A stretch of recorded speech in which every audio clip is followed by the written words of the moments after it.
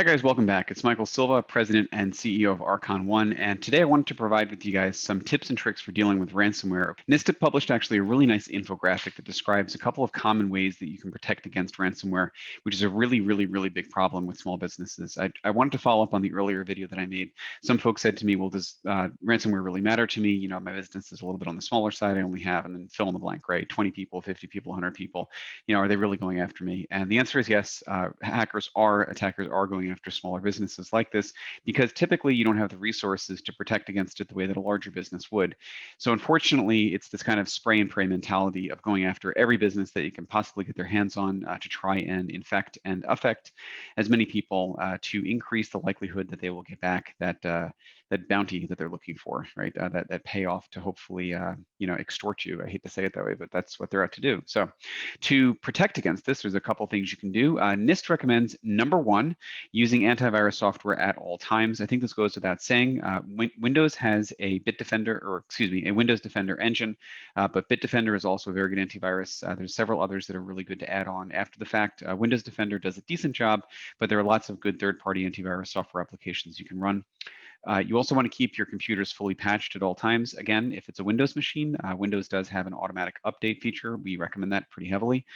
If you aren't sure if you have updated antivirus or updated patching on your system, you can contact a good managed service provider like our firm, for example, will help to make sure that antivirus definitions are running regularly, the engine's up to date, and also anti-malware is running correctly as well as making sure the operating system is patched.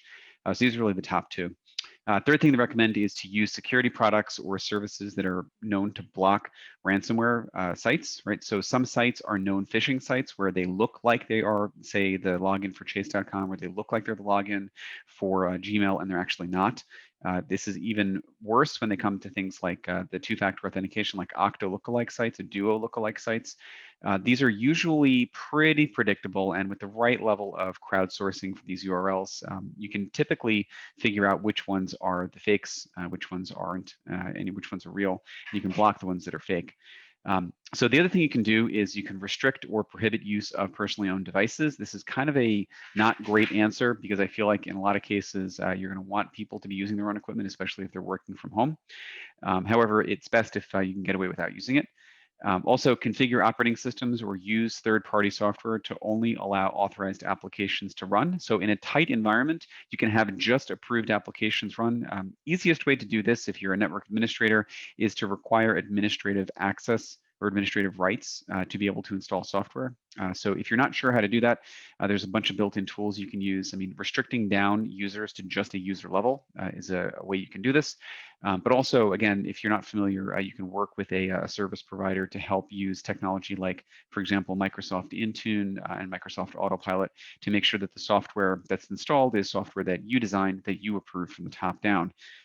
But if you're not sure and you're just an end user, recommendation is generally just don't install software you're not sure about or ask your friendly IT contact. They'll help you with that. So for your work computers, NIST also recommends a couple of other quick things. One is to use standard user accounts instead of administrative user accounts wherever possible. This is commonly known as a least privilege model, where basically you're just going to give access to the minimum that you need to get the job done. We sometimes do this within our own organization here. You know, there's no reason to be operating as a local admin. Sometimes you can just provide that elevated permission whenever you need. The reason you would want to do this is that sometimes if software runs on your machine, it's going to run with the permissions level that you're currently operating at. And if you're operating as a local admin, or worse, a global admin or something like that, then the software is going to run with those permissions, and it can have a much greater impact on your machine than it would if you were just operating at a user level.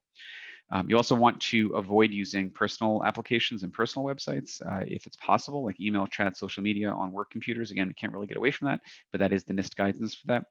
You want to avoid opening files or clicking on links that you don't know or from unknown sources without first checking them for suspicious content. Now, the question is, well, how do I know if this content is suspicious if I haven't yet clicked on the link?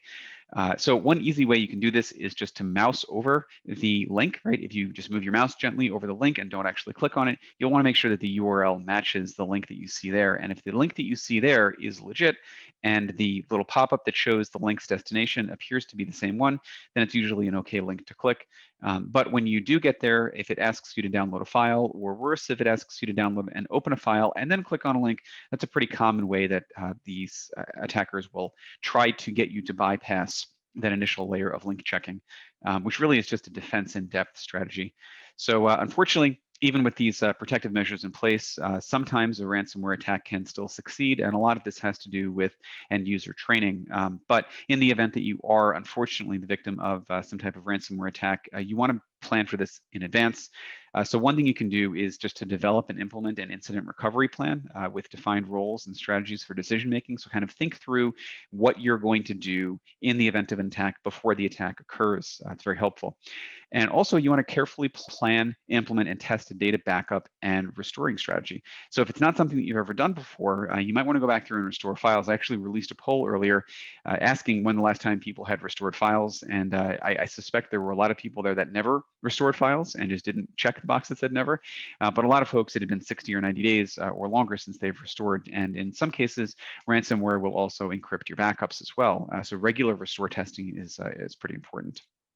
And then, of course, the last thing you want to do, according to NIST here, is maintain an up-to-date internal list of external contacts, including law enforcement. So you just want to be prepared so that you're not scrambling for that information in the event that something does happen to your environment. We, of course, at Archon One are always available to give you a hand. I mean, we are not a law enforcement agency, of course, but we can certainly help you with ransomware questions or concerns. And hopefully we'll be in touch before the incident occurs. But of course, we can always help you afterwards as well.